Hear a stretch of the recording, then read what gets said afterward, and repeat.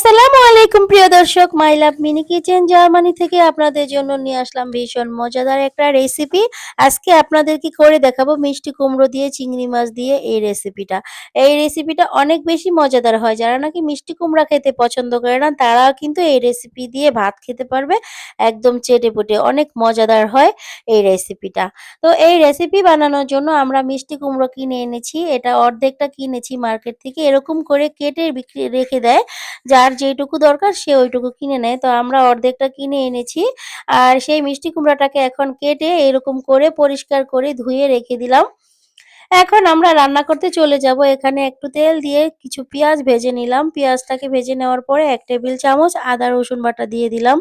আদা রসুন বাটাটাকে আমি কিছুক্ষণ ভেজে নিব ১ মিনিটের মতো। ১ মিনিটের মতো ভেজে নিলে আদা রসুনের গন্ধটা কিন্তু খুব তাড়াতাড়ি চলে যায়। এটা আমরা সবাই জানি। তবে আমি এভাবে রান্না করি, আমি সেজন্য বলে দিলাম। এখানে ১ চামচ ধনিয়ার গুঁড়া, ১ চামচ হলুদ গুঁড়া এগুলো দিয়ে দিলাম।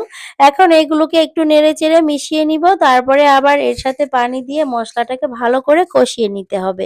এই মসলাটা ভালো করে কষিয়ে নিলেই কিন্তু বেশি মজাদার হয় রেসিপি। এটাও আমরা সবাই জানি, তারপরেও আমি বলে দিলাম কারণ আমি সবসময় যেভাবে রান্না করি সেটাই বলছি। তো এখন পানিটাকে দিয়ে দিয়েছি ভালো করে, এখন মসলাটাকে কষিয়ে নিব ২-৩ মিনিটের মতো।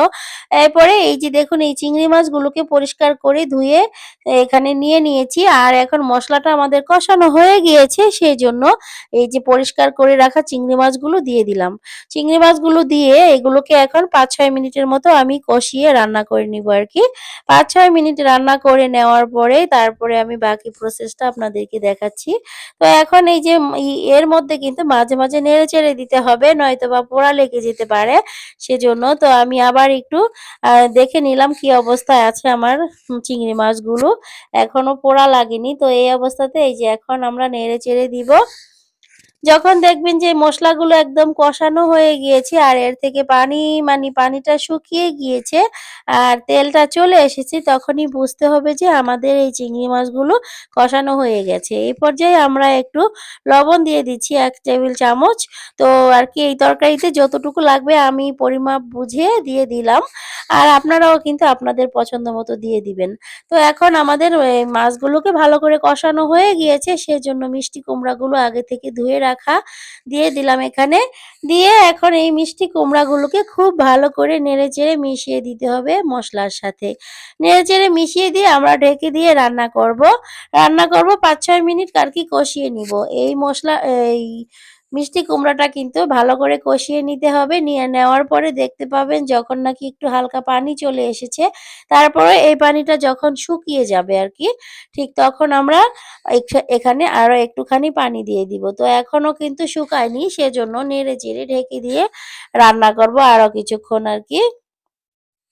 আর আমরা যে এখানে লবণটা দিয়েছি, এই লবণটাই কিন্তু পারফেক্ট হয়েছিল ১ টেবিল চামচ।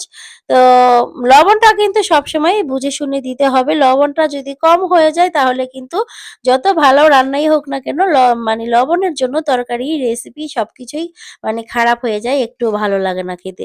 সেজন্য সবাই কিন্তু লবণটা চেক করে নিবেন। আর এই যে কষানো হয়ে গেছে, এখন আমি ১ গ্লাস পানি দিয়ে দিলাম। তো ছোট্ট একটা গ্লাস দিয়ে অল্প করে একটু পানি দিলাম। এই কুমড়াগুলোর ভিতরে কিন্তু আমরা কোনো ঝোল রাখবো না। সেজন্য সামান্য একটু পানি দিয়ে দিলাম যাতে করে মানে কুমড়াগুলো ভালো করে সিদ্ধ হয়ে যায়, মসলাগুলো ভালোভাবে সব জায়গাতে ঢুকে যায়। এইজন্য এইটুকু পানি দিয়ে আমি রান্না করে নিচ্ছি। তো এখন ঢেকে দিয়ে বলক তুলে নিয়েছি কিছুক্ষণ। তারপরে ২ টা কাঁচামরিচ কেটে এখানে দিয়ে দিচ্ছি। কাঁচামরিচগুলো পরে দিচ্ছি এইজন্য, আগে দিলে একদম ঝাল হয়ে যেত বেশি।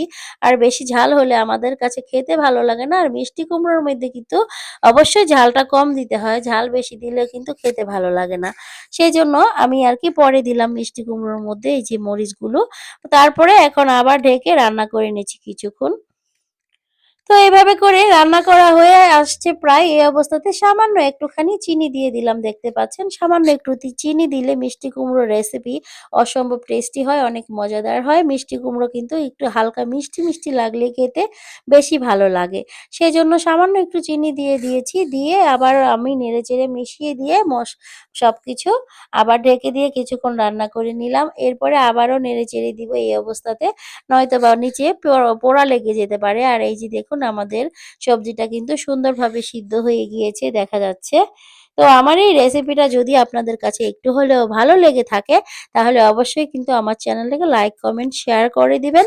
আর যারা নাকি আমার নতুন বন্ধু এখনো সাবস্ক্রাইব করেননি আমাকে প্লিজ সাবস্ক্রাইব করে আমার পাশে থাকবেন। আর সাথে বেল আইকন বেলটাকে বাজিয়ে রাখবেন, তাহলে আমার নতুন ভিডিও আপলোড করার সাথে সাথে নোটিফিকেশন চলে যাবে আপনাদের কাছে। তাহলে কিন্তু আপনারা খুব সহজেই আমার কাছে চলে আসতে পারবেন। আর আমার কাছে যে সকল আপুরা আসেন আমি কিন্তু সব আপুদের পাশে থাকি। আর এইজন্য বলছি আপনারা প্লিজ আমার পাশে থাকবেন। আমার পাশে থেকে আমাকে এগিয়ে নিয়ে যাবেন আপনাদের সাথে। আমি চাই আমরা সবাই একসাথে এগিয়ে যাই। আমি একা একা এগিয়ে যেতে চাই না। তবে আমি আজকে একটা কথা বলতে চাই। যে সকল আপুরা চ্যানেল খুলেছেন কিন্তু আ অনেকদিন ধরে রেসিপি আপলোড করছেন না। তো তাদের জন্য বলছি, প্লিজ আপনারা কিন্তু প্রতিদিন রেসিপি আপলোড করবেন। আপনারা যদি ১ দিন, ২ দিন, ৩ দিন রেসিপি আপলোড না করেন, তাহলে আপনাদের যে ওয়াচ টাইম গুলো হয়েছিল সেখান থেকে কিন্তু ওয়াচ টাইম কেটে নিয়ে যাবে।